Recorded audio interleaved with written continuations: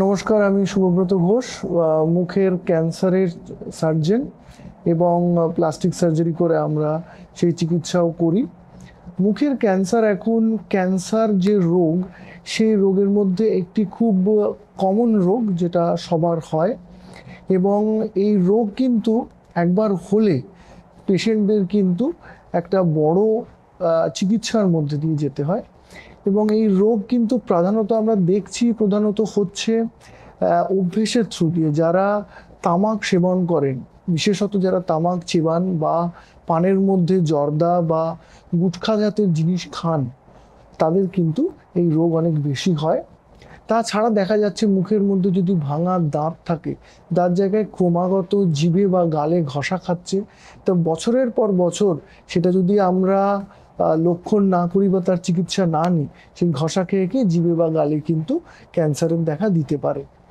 এই ক্যান্সারের রোগ কিন্তু কোনো নিরাময় নেই, এই রোগের চিকিৎসা আছে অবশ্যই, এবং এই রোগ যত তাড়াতাড়ি আমরা তার নির্ণয় করে চিকিৎসা করতে পারি ততই ভালো আমাদের ফল পাবো। কারণ আর্লি স্টেজে যদি ক্যান্সার ধরা পড়ে, তাহলে আমরা রুগীকে অনেক ভালো একটা ট্রিটমেন্টের পরে জীবন দিতে পারি। ক্যান্সারের চিকিৎসার 3টে অধ্যায়। মুখের ক্যান্সারের সব থেকে ভালো রেজাল্ট বা ফলাফল পাওয়া যায় অপারেশন করলে। অপারেশন করে যদি টিউমারকে আমরা বডির থেকে বার করে দিই, দেহের থেকে আলাদা করে দিই, তাহলে সেটা আর বাড়তেও পারে না বা ছড়াতেও পারে না। যদি ছোট স্টেজে থাকে, তাহলে কিন্তু আমরা অপারেশনই করি, এবং অপারেশন করার পরে আমরা রেডিয়েশন এবং কিমোথেরাপি দিই। রেডিয়েশন এবং কিমোথেরাপি তখনই দেওয়া হয় যখন টিউমারটা আমাদের অপারেশনের পরে 3rd স্টেজ বা 4th স্টেজে আসে। রেডিয়েশন দেওয়া হয় যাতে রোগটার ফেরত না আসে, এবং কিমোথেরাপি তখনই দেওয়া হয় যখন আমাদের রোগটা যাতে দেহতে আর না ছড়ায়। কিন্তু রোগটাকে কেটে বার করাটাই শুধুমাত্র আমাদের উপায় নয়, কারণ শুধু আমাদের মুখের যে কোনো অংশ কেটে বাদ দিলে আমাদের মুখের যে কাজ আছে বা আমাদের মুখশ্রী যেটা আছে সেটাও কিন্তু খারাপ হয়ে যেতে পারে।